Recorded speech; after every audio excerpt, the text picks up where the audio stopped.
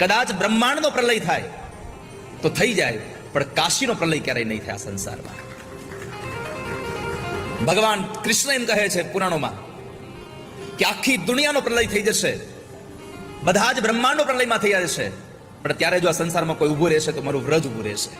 ભગવાન કૃષ્ણ કહે છે વ્રજ ઊભું રહેશે, અને ભગવાન મહાદેવ કહે છે મારું કાશી ઊભું રહેશે. આ દુનિયામાં બધું જ જ્યારે પ્રલય થઈ જાય ત્યારે વ્રજ એટલે કે વૃંદાવન અને એક બાબા વિશ્વનાથની એ નગરી કાશી, જેને પંચકોશી કહીને આપણે બોલાવીએ છીએ. પંચકોશી શું કામ એ પણ તમને હમણાં કહું. પંચકોશી કહીને જેને સંબોધન કર્યું છે, આ બે નગરી ક્યારેય પણ સંસારમાં વિલય નહીં થાય કોઈ દિવસ. એ સંસારમાં અખંડ છે. આ પંચકોશી બ્રહ્માંડથી બહુ અલગ છે. સૌનું કલ્યાણ કરવા વાળી આ કાશીપુરી છે. અગત્યની વાત કરી કે હે શોનકો, આ કાશી તમામ જીવાત્માના કર્મના બંધનને તોડનારી છે, કર્મના બંધનમાંથી મુક્ત કરનારી છે. બીજું, મોક્ષ આપવા વાળી છે. ત્રીજું, જ્ઞાન પ્રાપ્ત કરવા વાળી છે. અને મોક્ષ કોને મળે તો કે જ્ઞાન મળે એને જ મળે. તમે જુઓ, જ્ઞાન આ સંસારમાં સંસ્કૃતનું અધ્યયન કાશીમાં જે થાય છે, નથી કહેતા અમારા ગામના ભટબાપા તો કાશીએ ભણી આવ્યા છે. કોઈ પણ બ્રાહ્મણનો સંતાન એમ કહે કે હું સંસ્કૃત ભણ્યો, એટલે ગામડાના લોકો તરત પૂછે તમે કાશીએ ભણ્યા છો? કાશીનું જ્ઞાન બહુ અગત્યનું છે. કાશીમાં ભગવાન મહાદેવ જ્ઞાનને અવિરત વિતરણ કર્યા કરે છે. અને કેવું જ્ઞાન? સા વિદ્યાયા વિમુક્તયે, એવી વિદ્યાઓ પ્રદાન કરી રહ્યા છે કે જ્યાં ભગવાન મહાદેવની આપેલી વિદ્યાઓથી માણસ મુક્ત બની જાય છે. અને મુક્ત બનવા માટે જ્ઞાનની આવશ્યકતા બહુ છે. જાણકારી જ નહીં, જ્ઞાનની. આ દુનિયામાં એક જ વસ્તુ હોય, તમે જે ભણી રહ્યા છો એ જો કેવળ ને કેવળ તમારા પૂરતું જ અને બીજાથી આગળ નીકળવા માટે તમે એનો ઉપયોગ કરો તો એ તમારા માટે કેવળ જાણકારી છે. અને તમારી પાસે રહેલું જે કંઈ ભણેલો અભ્યાસ કરેલી જે કંઈ વસ્તુ છે એ તમારી પાછળ રહી ગયેલા માણસનો હાથ પકડી અને તમારી સાથે કરવા લઈ આવો તો એની જ વસ્તુ તમારા માટે જ્ઞાન થઈ ગઈ છે. હવે તમારે નક્કી કરવાનું છે જ્ઞાન રાખવું છે કે ખાલી જાણકારી રાખવી છે. જાણકારી હશે તો મુક્તિ નહીં મેળવી શકો, જાણકારીમાં બંધન થશે. જ્ઞાન થઈ જશે તો મુક્ત થઈ જશો.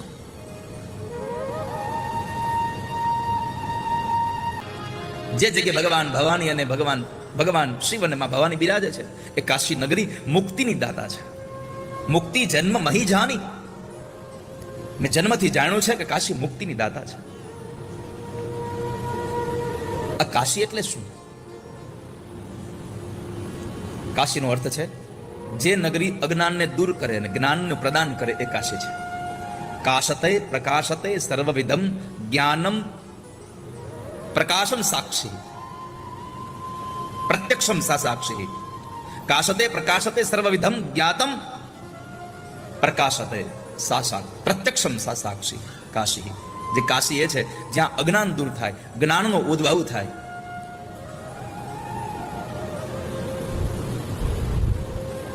જે સ્વયં પોતે પ્રકાશ સ્વરૂપા છે. કાશ સ્વરૂપા કાશીયમ. કાશનો અર્થ છે પ્રકાશ.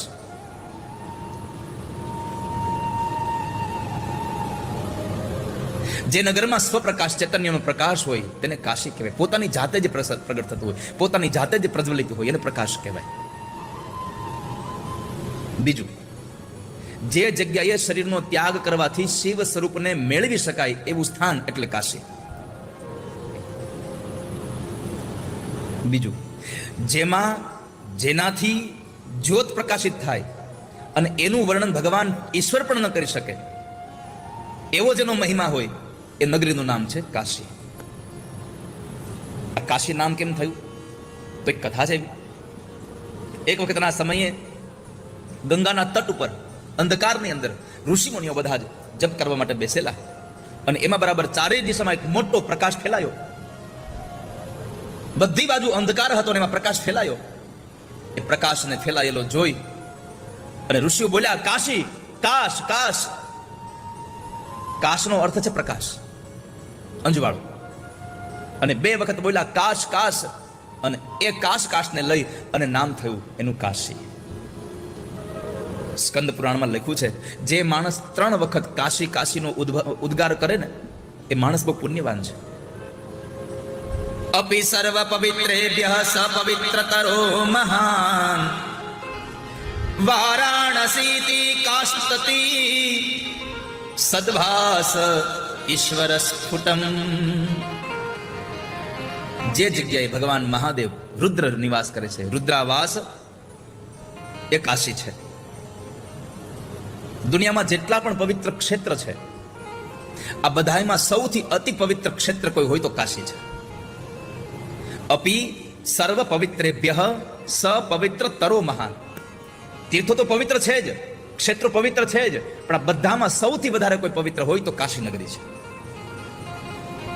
કારણ ત્યાં ઉત્તરમાં વરુણા નદી વહે છે, દક્ષિણમાં અસ્સી નદી વહે છે, પશ્ચિમમાં દેહલી વિનાયક વહે છે, અને પૂર્વમાં માં પુણ્ય સલિલા ગંગા વહે છે. સલિલા ગંગા વહે છે. એક વાત તો એ પણ બતાવી છે કે કાશીમાં ગંગા ઉત્તરવાહિની પણ હોય છે. જેમ નર્મદા ઉત્તરવાહિની થાય છે, એમ ગંગા પણ ઉત્તરવાહિની. નહીં તો બધી જ નદીઓ પશ્ચિમ તરફ દોડતી હોય. દરિયો કઈ બાજુ છે? પશ્ચિમ. બધી જ નદીઓનું ઉદ્ગમ સ્થાન તમે જોવા જાઓ તો પૂર્વ હોય. પૂર્વમાંથી નીકળીને સીધી એ પશ્ચિમ તરફ વહેતી જાય, વહેતી જાય, વહેતી જાય. પણ ગંગા, કાશીમાં એવું કહેવાય છે કે ગંગા ઉત્તરવાહિની બને છે, અને ઉત્તરવાહિની ગંગામાં જે સ્નાન કરે એને ભગવાન મહાદેવ મોક્ષ ગતિ પ્રદાન કરે છે. ગ્રંથો લખે છે, એકવાર ભગવાન મહાદેવ પોતે જ માં પાર્વતીને કહેતા હતા કે હે પાર્વતી, અન્ય જગ્યામાં કોઈ પણ પ્રકારના નાના કે મોટા ગમે તેવા પાપ કરીને પણ કોઈ માણસ કેવલ કાશીમાં આવીને ગંગા સ્નાન કરશે ને તો દેશ દેશાંતરના બધા જ પાપો ધોવાઈ જશે અને પુણ્યનો ઉદ્ભવ થશે. એના માટે આ કાશીમાં સ્વયં ભગવાન મહાદેવે પોતાના હાથે અવિમુક્ત નામનું જ્યોતિર્લિંગ પ્રસ્થાપિત કર્યું. અવિમુક્તમ સ્વયં લિંગમ સ્થાપિતમ પરમાત્મના ન કદાપી ત્વયા ત્યાજ્યમિદં ક્ષેત્રમ મમાંશક. ભગવાન મહાદેવે પોતે અવિમુક્ત નામનું જ્યોતિર્લિંગ ત્યાં આગળ કાશીમાં બિરાજમાન કર્યું. એનો મહિમા થયો. પછી ભગવાન શિવે નારાયણ અને વિષ્ણુને કહ્યું કે વિષ્ણુ, મારો એક સંદેશ છે તમને કે તમે બધા સ્થાનનો ત્યાગ કરજો, પણ કાશીનો કોઈ દી સ્થાનનો ત્યાગ ન કરતા. કાશીમાં એક સાથે ભગવાન મહાદેવ અને ભગવાન વિષ્ણુ બે બિરાજે છે. શિવ મહાપુરાણ એમ કહે છે કે કાશી એટલે ભગવાન મહાદેવ અને ભગવાન નારાયણના વિશ્રામનું સ્થાન છે. તમે આનો કોઈ દિવસ ત્યાગ ન કરતા. કેમ? તો કહે છે કે બ્રહ્માનો એક દિવસ પૂરો થઈ જશે તો એ મારા કાશીનો અંત નહીં આવે કોઈ દિવસ. બ્રહ્મણશ્ચ દિને સાહીવ વિનશ્યતિ નિશ્ચિતમ તદા શિવસ્ત્રીશૂલેન દધતિ મુનયશ્ચતા. આ સંસારમાં ગમે ત્યારે બ્રહ્માજીના દિવસ પૂરા થાય, આ દુનિયાનો નાશ થશે, પણ મારા કાશીનો નાશ નહીં થાય. અને મારા કાશીમાં જે કોઈ આવશે, અન્ય તીર્થોમાં જાય તો સારૂપ્ય મુક્તિ પ્રાપ્ત થાય છે, બીજા તીર્થોમાં જાઓ તો સારૂપ્ય મુક્તિ પ્રાપ્ત થાય છે. પણ ભગવાન મહાદેવ કહે છે કે આ સંસારનો કોઈ પણ જીવ મારા કાશીમાં આવે તો એને હું સાયુજ્ય મુક્તિ પ્રદાન કરીશ. મુક્તિના 4 પ્રકારો છે. મુક્તિના 4 પ્રકારો છે. સાલોક્ય, સામીપ્ય, સારૂપ્ય અને સાયુજ્ય. આ 4 મુક્તિઓ છે. હવે શબ્દ સાંભળીએ તો આપણને સમજાશે નહીં કે સાલોક્ય એટલે શું, સારૂપ્ય એટલે શું, સાયુજ્ય એટલે શું, સામીપ્ય એટલે શું. તો ભગવાન એમ કહે છે હું સાયુજ્ય મુક્તિ કાશીમાં આપું છું.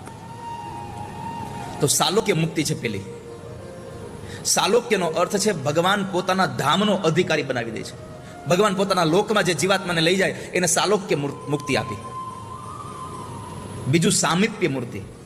ભગવાન પોતાની નજીક જેને રાખવા માંડે, સમજવાનું આને સામીપ્ય મુક્તિ મળી ગઈ. તમે રોજ ભગવાનના મંદિરમાં જવા માંડો અને ભગવાન પાસે વધારે તમારો સમય પસાર થાય તો સમજવું મને સામીપ્ય મળ્યું ભગવાનનું. અત્યારે તમે અહીંયા 4-4 કલાક 5-5 કલાક બેસો છો, એ શું છે તમારા માટે? તમારા માટે સામીપ્ય મુક્તિ છે. ભગવાનની નજીક બેઠા છો. બીજું ત્રીજી મુક્તિ છે સારૂપ્ય. ભગવાન પોતાના જેવું સ્વરૂપ આપી દે, પોતાનો ગણ બનાવી દે. જેમ ભગવાન નારાયણના જેટલા પણ પાર્ષદો છે, ભગવાન વિષ્ણુના જેટલા પાર્ષદો છે, તમે ઓળખી ન શકો કોણ વિષ્ણુ ને કોણ પાર્ષદ. બધાને પોતાના જેવું રૂપ આપી દે. તો આપણને થાય કે તો પછી ભગવાનને ઓળખવા કેમ? પરમાત્માએ પોતાના બધા જ ભક્તોને, જેને જેને પોતાનું સારૂપ્ય આપ્યું, એને બધાને પોતાના જેવું રૂપ આપી દીધું. પણ ભગવાન નારાયણ કોણ છે અને એના પાર્ષદો કોણ છે, એને ઓળખવા હોય તો એક જ માત્ર નિશાની છે, ભગવાનના ગળામાં રહેલો એક મણિ, કૌસ્તુભ મણિ, અને પરમાત્માના હૃદયમાં રહેલા ભૃગુના લાંછન, ભૃગુ લાંછન. આ ભગવાને બે પોતાના પાર્ષદોને આપ્યા નથી. આના ઉપરથી ભગવાન ઓળખાય છે. જેના ગળામાં કૌસ્તુભ મણિ અને જેના છાતીમાં ભૃગુ ઋષિના ચરણારવિંદના ચિહ્નો છે, એ ભગવાન વિષ્ણુ છે. બાકીના બધા જ એના પાર્ષદો છે, જેને જેને ભગવાને પોતાના જેવું રૂપ આપ્યું છે. તો પરમાત્મા આપણા સત્કર્મથી રાજી થાય તો સારૂપ્ય મુક્તિ પણ આપે. પણ ભગવાન મહાદેવ કહે છે કે મારી કાશી નગરીમાં આવી અને એક વખત ખાલી બોલે ઓમ નમઃ શિવાય, તો એવા જીવાત્માને હું સાયુજ્ય મુક્તિ પ્રદાન કરું છું. અને સાયુજ્ય મુક્તિનો અર્થ છે ઈશ્વરની હારે ભળી જવું, પરમાત્મામાં લીન થઈ જવું, પરમાત્મા સાથે એકત્વ થઈ જાય. કોણ પરમાત્મા, કોણ જીવ, આ ઓળખાય જ નહીં. આવી મુક્તિ એટલે સાયુજ્ય મુક્તિ છે. આ ચાર મુક્તિઓની વાત સ્કંદ પુરાણ ત્યાં સુધી લખે છે કે આ દુનિયામાં કોઈ પણ જગ્યાએ જાય અને જીવાત્માની ગતિ ન થતી હોય, એ જીવાત્મા જો એકવાર કાશીમાં જાય તો કાશી એને ગતિ આપી દે. એશામ નાસ્તિ ગતિ ક્વાપી તેષામ વારાણસી ગતિ. આ સંસારમાં કોઈ પણ જીવાત્મા ક્યાંય જાય મુક્ત ન થાય, કાશીમાં જાય મુક્ત થઈ જાય. આટલો મહિમા છે ભગવાન. કાશી એને ગતિ આપે છે. બીજું, કાશી ભોગ અને મોક્ષ બે આપે છે. કાશીમાં મોક્ષની પ્રાપ્તિ થાય છે, મુક્તિ મળે છે. મોક્ષથી જ્ઞાનથી પ્રાપ્તિ થાય. ભગવાન અવિરત જ્ઞાનનું વિતરણ કરે છે. એટલે ત્યાં બ્રાહ્મણના દીકરાઓ, ઋષિકુમારો ત્યાં બધા જ ત્યાં આગળ સંસ્કૃતનું અધ્યયન કરે છે. કાશીમાં નિત્ય નિરંતર શાસ્ત્રોનું ચિંતન થાય છે. જેટલા વિદ્વાનો કાશીમાં છે હાર્દિકભાઈ, આપણે વિદ્વત્તાની કોઈને વાત જોતી હોય તો કાશી જવું પડે. હાલો કાશીના વિદ્વાનને મળીએ. વાત જોતી હોય તો કાશી જવું પડે. હાલો કાશીના વિદ્વાનને મળીએ. કાશીમાં નિત્ય નિરંતર શાસ્ત્રોનું ચિંતન થાય છે. બીજું, બધી વિદ્યાઓનું કેન્દ્ર સ્થાન, ધ્યાન સ્થાન એટલે કાશી છે. ઉપાસના પણ કાશીમાં થાય. અને કાશીમાં મુક્તિ જોતી હોય તો સૌથી અગત્યનો એક નારો છે. જેમ વૃંદાવનમાં જાઓ, રાધે રાધે બોલો. વૃંદાવનમાં તમે કોઈને સામે મળો અને એમ કહો ને જય શ્રી કૃષ્ણ, તો એ લોકો મોઢું બગાડે. આ કોણ છે તમારો કૃષ્ણ? વૃંદાવનમાં તો એક જ નામ છે, રાધે રાધે. બીજા કોઈ સ્થાનમાં જાઓ,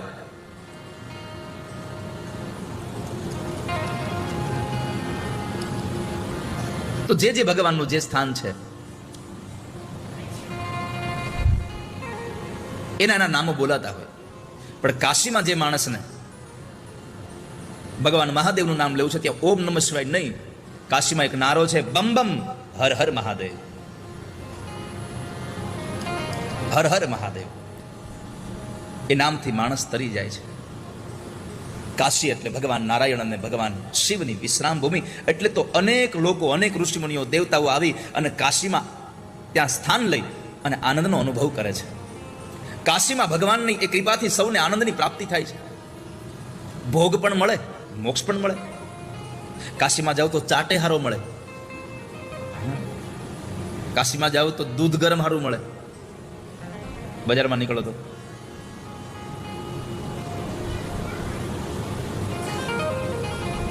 કાશીમાં જાઓ તો ચાટ ખાઈને આવજો. દર્શન ખાધો તો નહીં ચાટ કાશીમાં?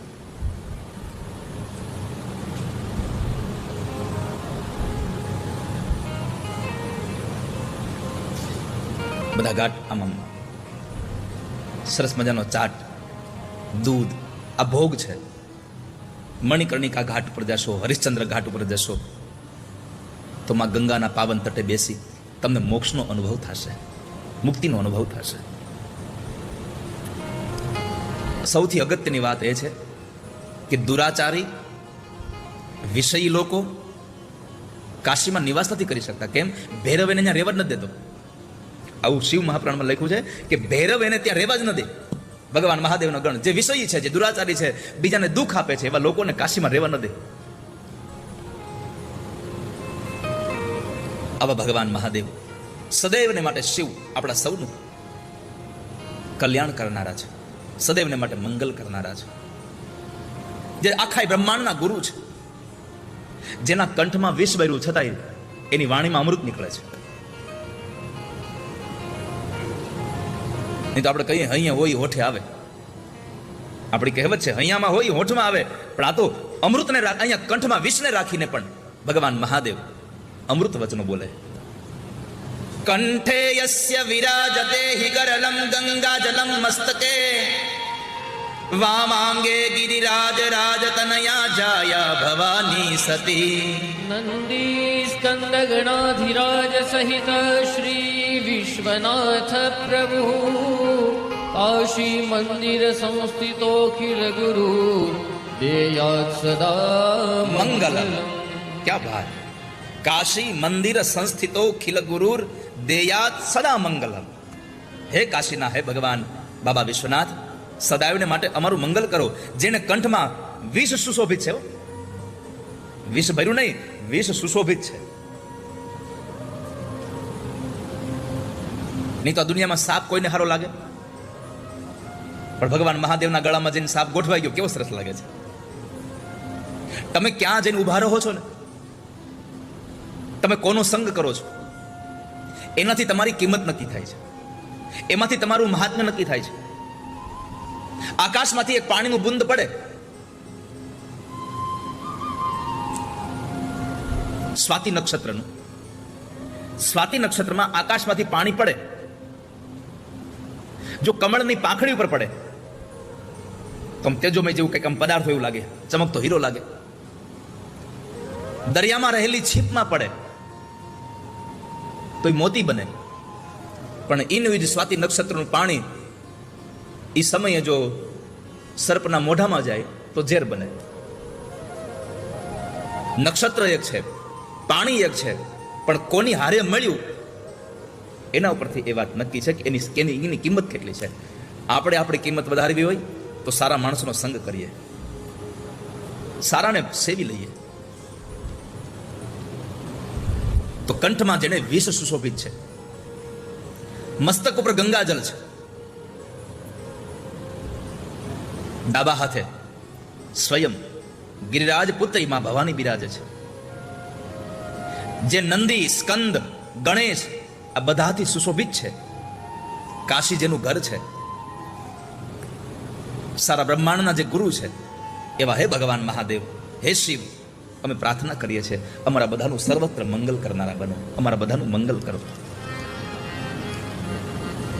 અમારું જીવન ધન્ય થાય. કાશીમાં મરે એનું મુક્તિ થઈ જાય. આગળના દિવસો મેં કહ્યું હતું સુરતનું જમણ ને કાશીનું મરણ, આ બહુ ફેવરિટ છે. સુરતનું જમણ, સુરતમાં જમવા જાવ એટલે તમારે એમાં એ સુરતના જમણમાં તમારે ઓલું શું આવે, ખમણ. ખમણમાં એવું બને જ નહીં.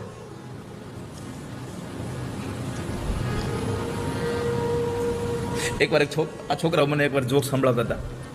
એક છોકરાનો જન્મ થયો હોસ્પિટલમાં, આવું હોય નહીં પણ આ તો ખાલી છોકરાનો જન્મ થયો. તે નર્સ બરાબર હતા, તો નર્સને પૂછ્યું કે એ છોકરા બાળક જન્મ થયો એને સવારે નાસ્તામાં બ્રેકફાસ્ટમાં શું છે કે આવું છોકરાએ પૂછ્યું, બ્રેકફાસ્ટમાં શું છે? નર્સે કીધું ખમણ. છોકરો કે અરે લે, પાછો સુરતમાં આવ્યો.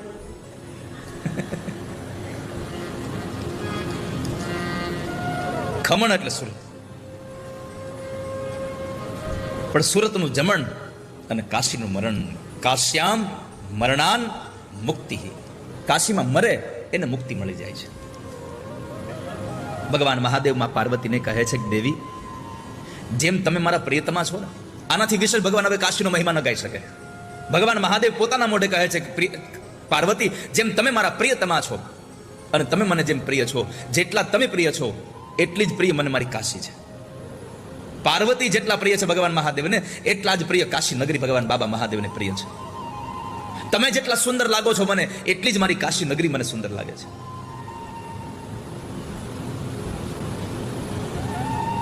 આ કાશીનો મહિમા સંભળાવતા હતા સૂત નામના મહાપુરાણી. ત્યારે બે હાથ જોડીને સોનકુ પ્રાર્થના કરે છે, બાપજી બીજું તો બધું ઠીક, પણ કાશીમાં ભગવાન વિશ્વેશ્વર બિરાજે છે, કંઈક અમને એનું તો કંઈક મહિમા ગાઓ, એનો તો કંઈક મહિમા અમને સંભળાવો. સોનક કહે છે એક વખતના સમયે માતાજીએ અવિમુક્ત ક્ષેત્ર અને કાશી વિશે ભગવાન મહાદેવને પ્રશ્ન કરેલો. પ્રભુ, આ અવિમુક્ત લિંગ છે, જ્યોતિર્લિંગ છે, અને આ કાશી નગરી છે, એનો આટલો બધો મહિમા તમારા મોઢે વારે વારે સાંભળું છું, મને કૃપા કરો ને, એનો મહિમા મને બતાવો ને. ત્યારે ભગવાને અત્યંત ગોહનીય એટલે કે અત્યંત સિક્રેટ વાત માં પાર્વતીને કહી. રોચતે મે સદા વાસો વારાણસ્યામ મહેશ્વરી હેતુનાયેન સર્વાણી વિહાય શૃણુત ધ્રુવમ. ભગવાન મહાદેવ કહે છે, પાર્વતી, કાશી ક્ષેત્ર મારું સૌથી સદાયના માટે ગોપનીય સ્થાન છે. આપણે જેમ ઘરમાં એક ગુપ્ત સ્થાન રાખ્યું હોય, એમ ભગવાન કહે છે મારું ગોપનીય સ્થાન છે કાશી. અહીં બધા જ પ્રકારના પ્રાણીઓને મોક્ષ ગતિ મળે છે. એટલે તમે જુઓ, કાશી ક્ષેત્રમાં આસપાસના ગામમાં કોઈનું મૃત્યુ થાય, તમે કાશી ગયા હશો ને ખબર હશે. આપણે અહીંયા હોય તો પેલો અંતિમ રથ બોલાવીએ, એની અંદર શબને લઈને સ્મશાને જઈએ. જેમ ચાટની દુકાને, જેમ ફરસાણની દુકાને લોકો લાઈનમાં ઉભા રહે ને, એમ મણિકર્ણિકા ઘાટ ઉપર લોકો શબને લઈને લાઈનમાં ઉભા રહે. મણિકર્ણિકા ઉપર અગ્નિદાહ દેવા માટે લોકો શબને આમ લાઈનમાં ઉભા રહે.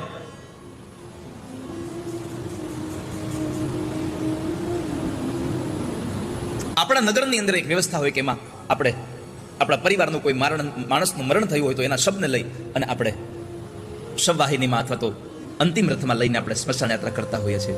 મેં મારી નજરે જોયા છે સંતોષભાઈ, કાશી કથા હતી ત્યારે જે રિક્ષામાં લોકો બેહીને આવે ને, એ રિક્ષામાં અંદર લોકો બેઠા હોય, ઉપર શબ બાંધ્યું હોય. રિક્ષાની ઉપર શબ બાંધ્યું હોય અને એ રિક્ષામાં લોકો બેહીને મણિકર્ણિકા ઘાટ ઉપર લઈને આવે શબને. કેવી રીતે શબ ત્યાં પહોંચવું એ મહત્વ નથી, મણિકર્ણિકા ઘાટે પહોંચવું એનું મહત્વ છે. એટલો મહિમા છે ભગવાન મહાદેવનો. ભગવાન કહે છે, પાર્વતી, હું આખી દુનિયા છોડીને, સર્વ બ્રહ્માંડ છોડીને હું કાશીમાં નિવાસ કરું છું. હું કાશીમાં સદાયને માટે રહું છું. એને તમે સાંભળો, આ કાશીમાં કેવલ ખાલી મનુષ્યને જ નહીં, સ્વેદજ, અંડજ, ઉદ્ભીજ અને જરાયુજ પરસેવાથી પ્રગટ થયા હોય, ઈંડામાંથી પ્રગટ થયા હોય, માતાના ગર્ભમાંથી કોઈ આવ્યા હોય, આ બધાને હું મુક્તિ પ્રદાન કરું છું. નાનું મચ્છરને આવડતું હોય ને એને ભગવાન મોક્ષ આપી દે છે, મચ્છર મરે તોય. આ કાશી બાબા વિશ્વનાથની મહાપુરી છે. ધર્મ, અર્થ, કામ અને મોક્ષ આપવા માટે ભગવાન મહાદેવ સદૈવને માટે ત્યાં બિરાજમાન છે. ઉત્તર વાહિનીમાં ગંગા જીવન મુક્ત કરે છે. કાશી પંચક નામના ગ્રંથમાં લખ્યું છે, દુર્લભમ જન્મ માનુષમ દુર્લભા કાશિકાપુરી. આ સંસારમાં સૌથી મોંઘો અવતાર કોઈ હોય તો એ માણસનો અવતાર છે. સૌથી મોંઘો અવતાર માણસનો છે. દુર્લભો માનુષો દેહો દેહિનામ ક્ષણ ભંગુર. ભાગવત કહે છે 11મો સ્કંદ કે મનુષ્ય અવતાર બહુ દુર્લભ છે, અને પણ કેવો ક્ષણ ભંગુર. ક્યારે આવીને કાળ પકડી જાય કોઈ ભરોસો નહીં. દેહિનામ ક્ષણ ભંગુર. એમ અહીંયા કાશી પંચક નામનો ગ્રંથ એમ કહે, દુર્લભમ જન્મ માનુષમ દુર્લભા કાશિકાપુરા. જેટલો દુર્લભ મનુષ્ય અવતાર છે એટલો જ દુર્લભ કાશી નગરી છે. અમે તો ઘણા લોકો એવા જોયા છે કેતનભાઈ કે પોતાના નિવૃત્તિનો સમય એનું મૂળ ગામ છોડીને તીર્થોમાં જઈને રહેવા લાગે, નાનું એવું મકાન લઈને. દ્વારિકામાં ભણતા તો કેટલા એવા લોકો છે દ્વારિકામાં કે જે પોતાનું ગામ મૂકીને દ્વારિકામાં રહેવા આવ્યા હોય, પોતાના નિવૃત્તિનો સમય દ્વારિકામાં પસાર કરતા હોય. દ્વારિકામાં રહે.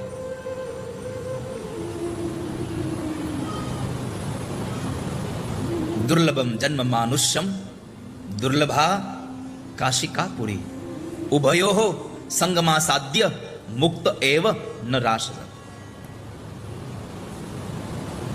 મનુષ્ય જન્મ દુર્લભ છે, એનાથી ઉપર કાશી નગરી દુર્લભ છે. પણ જેને એકારે બે વસ્તુ મળે, માણસનો અવતારે મળે અને કાશીમાં જવા મળે, એને સમજવું મારા જેવો કોઈ આ સંસારમાં બીજો કોઈ પુણ્યશાળી જીવાત્મા નથી કે મને માણસનો અવતારે મળ્યો, કાશીમાં જવાય મળ્યું મને. એની મુક્તિ નિસંદેહ છે. એવન સંશય, એને શંકા ન કરવી કે મને મોક્ષ મળશે કે નહીં. કાશીમાં જઈ આવો, મુક્તિ પાકી છે તમારી, કન્ફર્મ છે. એ વેઇટિંગ લિસ્ટમાં નહીં આવે, કન્ફર્મ જ છે. તો આવો મહિમા ભગવાન કાશી વિશ્વનાથનો, એ બાબાનો. એકવાર ભાવથી 2 મિનિટ માટે ભગવાન મહાદેવ હર હર મહાદેવ શંભો કાશી વિશ્વનાથ ગંગે હર હર મહાદેવ શંભો કાશી વિશ્વનાથ ગંગે. હર હર મહાદેવ શંભો કાશી વિશ્વનાથ ગંગે હર મહાદેવ શંભો કાશી વિશ્વનાથ ગંગે. હર હર મહાદેવ શંભો કાશી વિશ્વનાથ ગંગે. મહાદેવ શંભો તાલીઓ કે સાથ. કાશી વિશ્વનાથ ગંગે માતા પાર્વતી સંગે. વિશ્વનાથ ગંગે માતા પાર્વતી સંગે. કાશી વિશ્વનાથ ગંગે માતા પાર્વતી સંગે. વિશ્વનાથ ગંગે માતા પાર્વતી સંગે. હર હર મહાદેવ શંભો કાશી વિશ્વનાથ ગંગે. હર મહાદેવ શંભો કાશી ગાઈએ. હર હર મહાદેવ શંભો કાશી વિશ્વનાથ ગંગે. હર હર મહાદેવ શંભો કાશી વિશ્વનાથ ગંગે. કાશી વિશ્વનાથ ગંગે સદાશિવ પાર્વતી સંગે. મહાદેવનો એ કાશીનો મહિમા. પછી ભગવાન ત્રંબકેશ્વર મહાદેવની સ્થાપના થઈ, એની કથા. એની પાછળ એક કથા બહુ સરસ છે. પ્રાચીન કાળમાં ગૌતમ નામના ઋષિએ અને એના પત્ની અહલ્યા, પરમ ધાર્મિક, બ્રહ્મગીરી નામના પર્વત ઉપર એમણે 10,000 વર્ષ સુધી તપસ્યા કરેલી.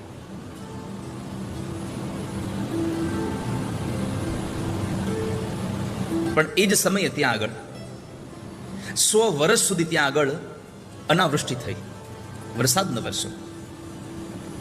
બધા જ લોકો ભયભીત થયા. પાણી વગર કેમ જીવીશું? માણસ કદાચ ભોજન વગર રહી શકે, પણ કઈ પાણી વગર રહી શકે?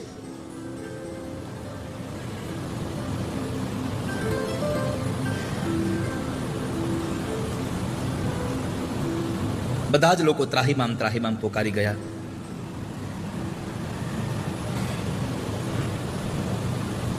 ઘણા બધા લોકો ત્યાંથી નીકળીને બીજે ગયા.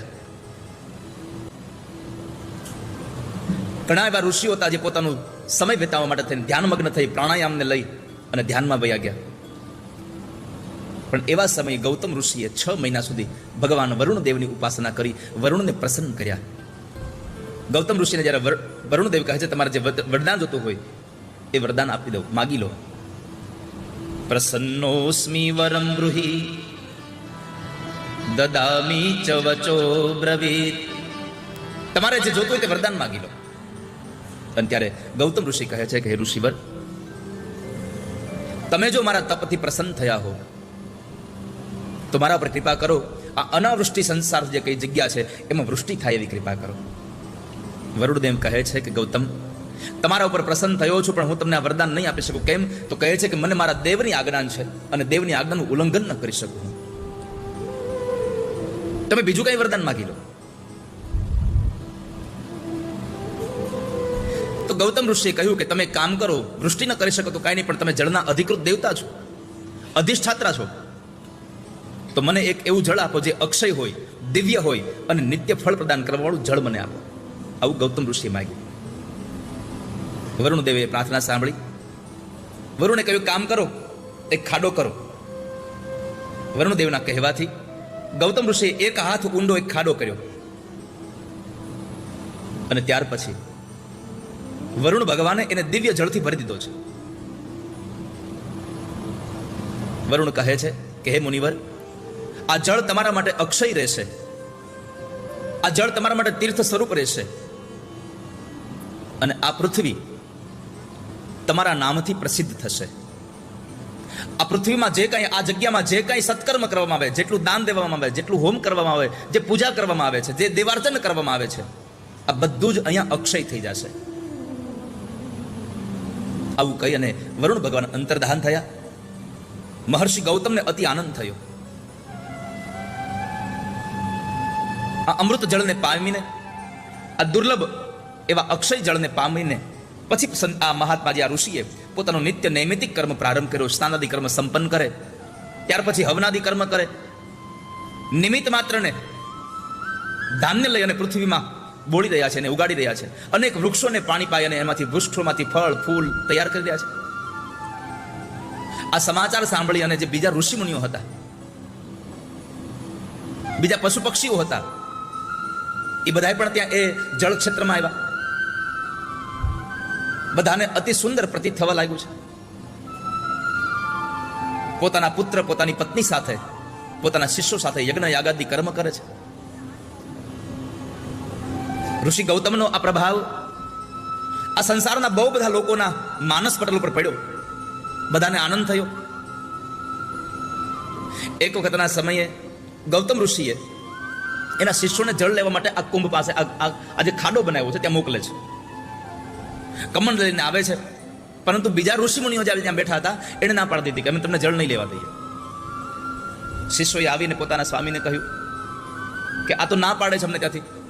એટલે ગૌતમ ઋષિએ પોતાના પત્નીને કહ્યું, પત્નીને લઈને સાથે આવે છે. તો જળને ભરવાની ના પાડી શકાય, જળ ભરીને ગયા. પણ ઋષિ મુનિઓએ બીજા ઋષિઓ હતા એને વિચાર્યું કે હવે ગૌતમને અહીંથી કાઢવા છે. ગમે તેમ કરીને એને ધિક્કાર આપવો છે. હવે ધિક્કાર આપવા માટે કરવું શું? એટલે બધા જ ઋષિ મુનિઓએ ભગવાન ગણપતિની પ્રાર્થના કરી. ભગવાન ગણેશને પ્રસન્ન કર્યા. ગણેશ પ્રસન્ન થયા. ભગવાને કીધું તમારે જે વરદાન જોતું હોય તે માગી લો. બધા ઋષિઓ એક જ વાત કરી કે હે ભગવાન ગણનાયક, તમે જો અમારા પર પ્રસન્ન થયા હોય તો અમારી એક પ્રાર્થના છે કે ગૌતમ ઋષિને ધિક્કાર મળે અને એ ધિક્કાર સહિત આ આશ્રમમાંથી નીકળી જાય એવું કંઈક અમને વરદાન આપો. ભગવાન ગણપતિ સમજાવે છે કે કોઈનું ખરાબ કરવા જશો તો તમારું ખરાબ થશે. બીજી વાત, ગૌતમ ઋષિનો તમારા બધાએ આભાર માનવો જોઈએ કે તમારા બધાના સામાન્ય જનજીવન માટે એ માણસે 6 મહિના સુધી તપશ્ચર્યા કરી, ઉગ્ર તપ કરી, વરુણને પ્રસન્ન કરી અને તમારા માટે આ જલની વ્યવસ્થા કરી અને તમે એ માણસનું ખરાબ કરવા ઈચ્છો છો. આમ જોવા જાવ તો આ કથા આપણને આમ જરા સ્મૃતિ કરાવે છે કે અહીંયા આપણે જેનું સારું કરીએ એ આપણું ખરાબ કરે, એ કંઈ અત્યારે નથી હાલ્યું, તો પહેલેથી હાલ્યું આવે છે, પહેલેથી જ ચાલ્યું આવે છે કે તમે સારું કરો તો તમારું ખરાબ કર્યા કરે. પણ જોજો આ ગૌતમ ઋષિની કથા સાંભળજો. આ ઋષિઓએ ગૌતમ ઋષિ માટે અનેક પ્રકારના એવા કાર્યો કર્યા, છતાં પણ ગૌતમ ઋષિના મનમાં લેશ માત્ર પણ આ ઋષિઓ પ્રત્યે ક્યારેય પણ નિંદાનો ભાવ પ્રગટ ન થયો.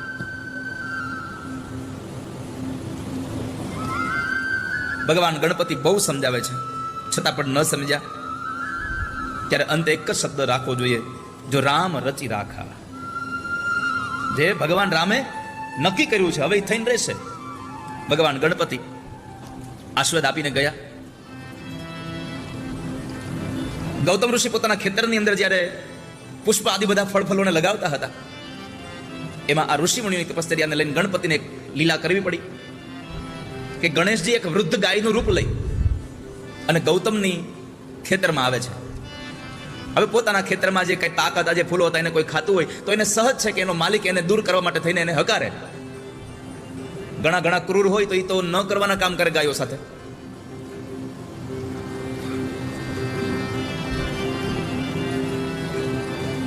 ગાય વિશ્વની માતા છે.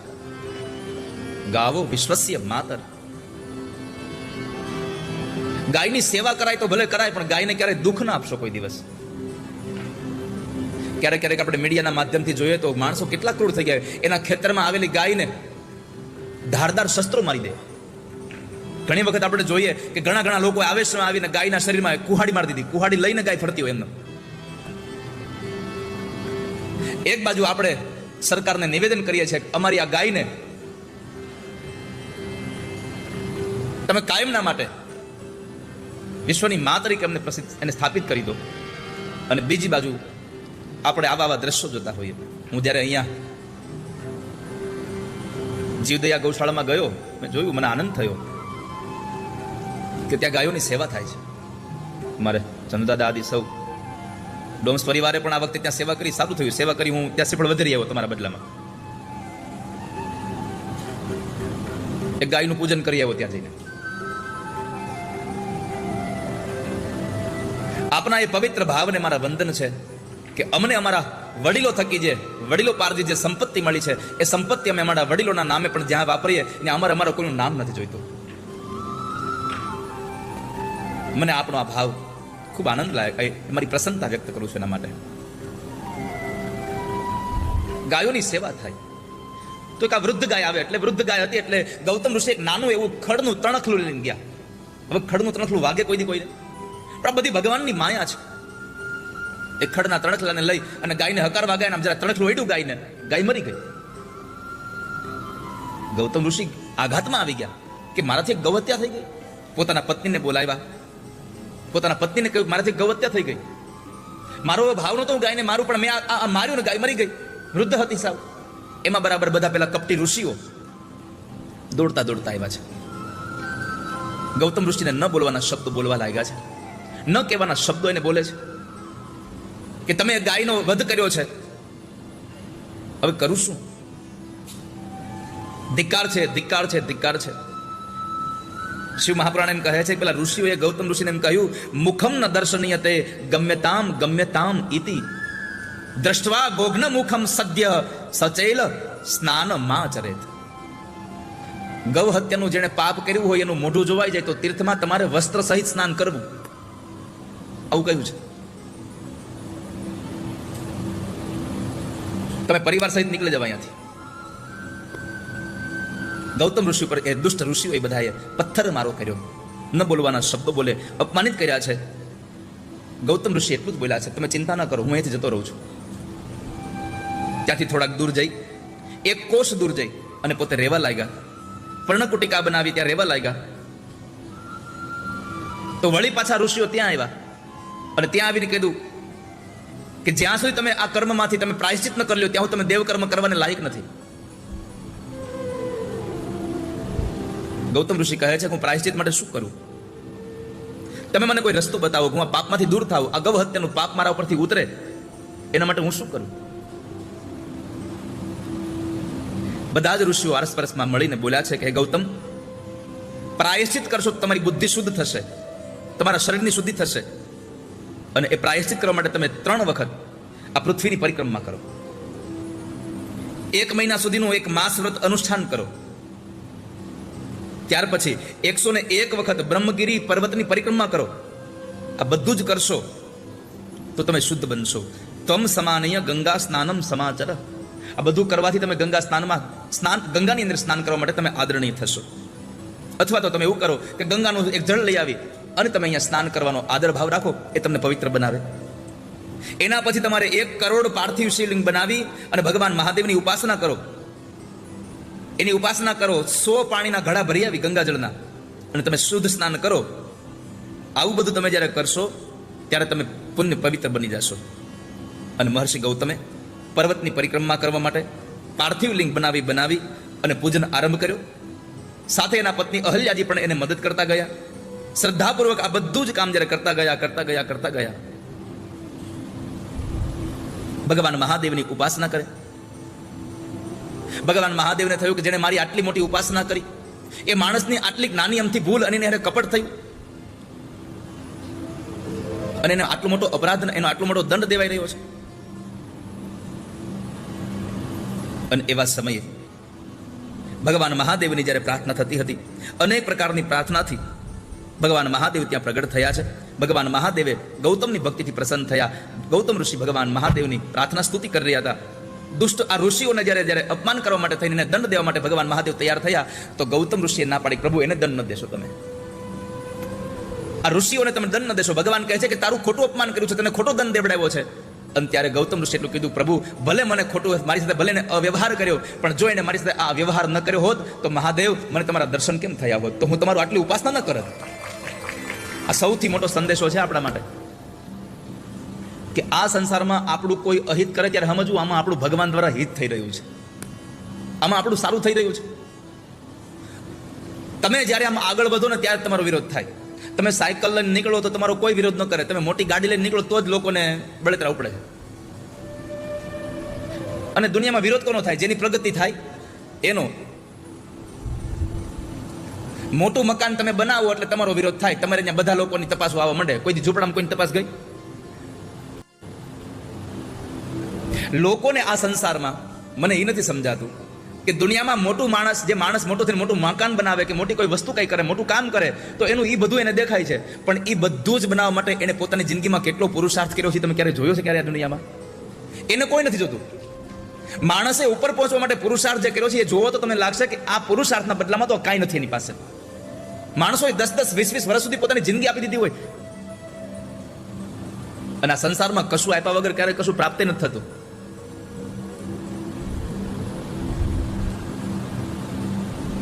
અમને લોકો કમેન્ટો કરે, તમારે શું વાંધો છે?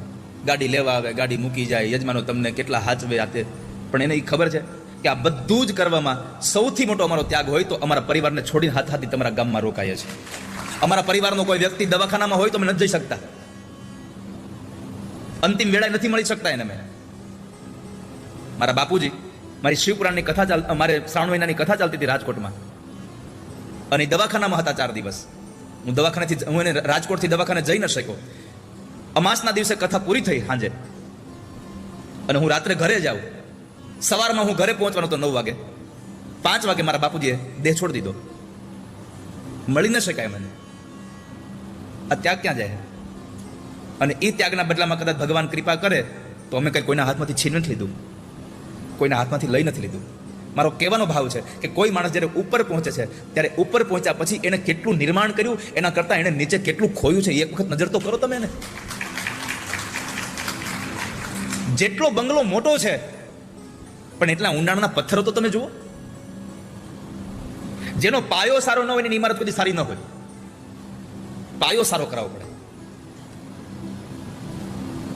તો આ કથા, આ ગૌતમ ઋષિની કથા આપણને સૌને એક સંદેશો આપી જાય છે કે પ્રભુ, જો આ ઋષિઓએ મારો વિરોધ ન કર્યો હોત તો પ્રભુ મને તમારા દર્શન ન થયા હોત. નાથ, આને તમે દંડ ન દો. તમે આજ મારું કામ થઈ ગયું કે એને મારો વિરોધ કર્યો અને મને ભગવાન મળી ગયા, મને પ્રભુ મળી ગયા. ગૌતમ ઋષિ જ્યારે આ વાત કરી ત્યારે ભગવાન મહાદેવની સામે જોઈ અને ખૂબ પ્રેમ ભરી નજરે કહીને કહ્યું, ધન્ય છે ઋષિ, ધન્ય છો તમે. હું તમારા ઉપર બહુ પ્રસન્ન છું. તમારે જે જોતું હોય તે ઉત્તમ વર માગી લો. ભગવાન મહાદેવે કહ્યું, ઉત્તમ વર માગી લો. ગૌતમ ઋષિએ કહ્યું કે ઋષિઓએ જે આ નિર્ણય કર્યો છે ને એ આવું જ કરે. એના બધાનો વિચાર આવો જ હોય. જે વિચાર આવો હોય એ વિચાર એને પ્રભુ પૂર્ણ કરવા દો. પણ તમે મારા ઉપર પ્રસન્ન છો, તમે મને માં ગંગાનું પ્રદાન કરો. મને જે ગૌ હત્યાનું પાપ લાગ્યું છે એમાંથી હું મુક્ત બનું, એના માટે થઈ અને તમે મને ગંગાનું પ્રદાન કરો. સૌ પ્રથમ ગંગા સ્ત્રીના રૂપમાં માં ભગવાન મહાદેવ ગંગાને ગૌતમ ઋષિને આપે છે. અને એ સમયે શિવના ચરણોમાં જ્યારે ભગવાન ઋષિ પડ્યા તો ભગવાન શિવે ગૌતમને ઉઠાવી પોતાની છાતીએ લગાડ્યા અને એને ગંગાજલ પ્રદાન કર્યું છે. ગંગાજલમ તદા તત્ર સ્ત્રી રૂપમ ભવત પરમ. સ્ત્રીના રૂપમાં ગંગાજીને પ્રદાન કર્યા છે. ગંગાજી મળ્યા, ગૌતમ ઋષિ ધન્ય બન્યા છે. પ્રભુ, આ તમારી કૃપાથી હું ખૂબ ધન્ય બન્યો છું. માં ગંગાએ પણ ભગવાન મહાદેવની સાક્ષીમાં કહ્યું કે પ્રભુ, હું આમને પવિત્ર કરી, તમે કોઈ આજ્ઞા કરું તો કહે છે કે આ પૃથ્વીમાં તમે જાઓ, આ પૃથ્વીમાં પણ જેટલા જીવાત્માઓ પાપી થઈને આવે છે એને બધાને તમે પુણ્યશાળી બનાવો. ભગવાન મહાદેવની આજ્ઞા થઈ. આ 2 વચનો સાંભળી ગંગા શિવ સામે બોલે છે કે પ્રભુ, મહર્ષિઓના સપરિવારને પવિત્ર કરી અને પછી તમારી આજ્ઞા પ્રમાણેનું કામ કરીશું. કહેવાય છે ભગવાન મહાદેવે કહ્યું કે ગંગા, તમારે ત્યાં સુધી રોકાવાનું છે કે જ્યાં સુધી 28મો વૈવસ્વત મન્વંતર, 28મા કલયુગમાં તમે જ્યાં સુધી આ સમય સમાપન ન થાય ત્યાં તમે આ સંસારમાં, આ ધરતી ઉપર રહેજો. વૈવસ્વત મન્વંતર પૂરો ન થાય ત્યાં તમારે અહીંયા રોકાવાનું છે. ભગવાન મહાદેવની એકમાત્ર આજ્ઞાથી ગંગા આ સંસારમાં આવ્યા છે અને એની આજ્ઞાનો સ્વીકાર કર્યો. ગૌતમ ઋષિ ગંગા અને ભગવાન મહાદેવનો જય જયકાર કરતા કરતા એના પર પુષ્પની વૃષ્ટિ થઈ. ત્યાર પછી ભગવાન બ્રહ્મા, વિષ્ણુ અને બધા જ દેવતાઓએ સ્તુતિ કરી. એ સ્તુતિથી ભગવાન મહાદેવ પ્રસન્ન થયા. ભગવાન મહાદેવે ઋષિઓને કહ્યું, ભગવાન નારાયણને કહ્યું, તમારે જે કંઈ વરદાન જોતું હોય તે માગી લો. પરમાત્માને કહ્યું, પ્રભુ અમારી એક જ પ્રાર્થના છે, તમે જે જગ્યાએ પ્રસન્ન થયા છો, જે જગ્યાએ પ્રગટ થયા છો, એ જગ્યાએ તમે હવે રોકાઈ જાવ. અહીંયા આપ અહીંયા આ સંસારના કલ્યાણ માટે થઈ અને તમે અહીંયા ને અહીંયા રોકાઈ જાઓ. તમે અહીંયા રોકાશો તો ગંગાની સાથે સાથે તમારું પણ અહીંયા ભાવ હશે, તો સંસારનો કોઈ પણ જીવાત્મા અહીંયા આવશે તો એ પાવન અને પવિત્ર થઈ જશે. અને આ ગંગા આજથી ગૌતમી ગંગા તરીકે ઓળખાશે. એ ગૌતમી ગંગા, સા ગંગા ગૌતમી નામના લિંગમ ત્રંબકમીરિતમ ખ્યાતા ખ્યાતમ બભુવાથ મહાપાતક નાશનમ. આજે ગંગાનું અવતરણ થયું એ ગૌતમી ગંગા કહેવાશે. અને તમે છો તો ભગવાન તમે ત્રંબક કહેવાશો, તમે ત્રંબકેશ્વર મહાદેવ કહેવાશો. તત્ર સ્નાનમ મુદા ચક્રે ગૌતમો વિસ્તૃતો મુને. સૌ લોકો ગૌતમ ઋષિના પરિવારજનોએ ગંગામાં સ્નાન કરી અને સૌ પ્રસન્ન બન્યા છે. બધા ઋષિ મુનિઓ ગૌતમ ઋષિ પાસે આવી ક્ષમા યાચના કરે છે કે અમારી ભૂલ થઈ ગઈ, અમને માફ કરી દો. અમે તમને ન બોલવાના શબ્દો બોલ્યા છીએ, ન કહેવાના શબ્દો કીધા છે, ન કરવાના વર્તન તમારી સાથે કર્યા છે, અમને માફ કરી દો. આ ક્યારે થયું? તો કહે છે કે ગૌતમ ઋષિએ એનો કોઈ પણ જાતનો વિરોધ ન કર્યો ત્યારે. આ કથા આપણને બતાવે છે આપણો વિરોધ કરે એના પ્રત્યે પણ તમે ભાવ વ્યક્ત કરશો ને તો આજ નહીં તો કાલે, કાલ નહીં તો પછીના દિવસે એ માણસને જ્યારે પોતાની ભૂલ સમજાઈ જશે ત્યારે તમારા પગમાં સોરી કહેવા આવવું પડશે અને આવવું જ પડશે, એમાં સંશય જ નથી. અને એટલા માટે શિવ મહાપુરાણના 27મા અધ્યાયનો 49મો શ્લોક એમ કહે છે, ત્રંબકસ્ય ચ મહાત્મ્યમ જ્યોતિર્લિંગસ્ય કીર્તિતમ યત્વા સર્વપાપેભ્યો મુચ્યતે નાત્ર સંશય. સુતનામના મહાપુરાણી કહે છે કે હે શૌનકો, ગૌતમી ગંગાની ઉત્પત્તિ, એનું મહાત્મ્ય અને સાથે સાથે ભગવાન ત્રંબકેશ્વર મહાદેવ જ્યોતિર્લિંગનું મહાત્મ્ય જેને સંસારમાં સાંભળ્યું છે એ માણસના બધા જ પાપો બળી અને ભસ્મ થયા છે. ત્યાર પછી આ કથાઓનો ક્રમ આગળ વધારતા હવે 9મું વૈદ્યનાથેશ્વર જ્યોતિર્લિંગની કથા કહે છે. તમે સાવધાન થઈને સાંભળો કે એક વખતના સમયમાં મહાન રાક્ષસ રાજ રાવણ કૈલાસ પર્વત ઉપર શિવ ભગવાનની આરાધના કરતા હતા. અને એ ભગવાનની આરાધનામાં પરમાત્માને બહુ બધી સામગ્રી ચડાવતા હતા. પણ પરમાત્મા પ્રસન્ન થયા ત્યારે કહેવાય છે કે એણે પોતાના એક પછી એક મસ્તકો ઉતારી અને ભગવાન મહાદેવને અર્પણ કરે છે. વિધિપૂર્વક એ મસ્તક ઉતારતા જાય ને અર્પણ કરતા જાય, ઉતારતા જાય ને અર્પણ કરતા જાય.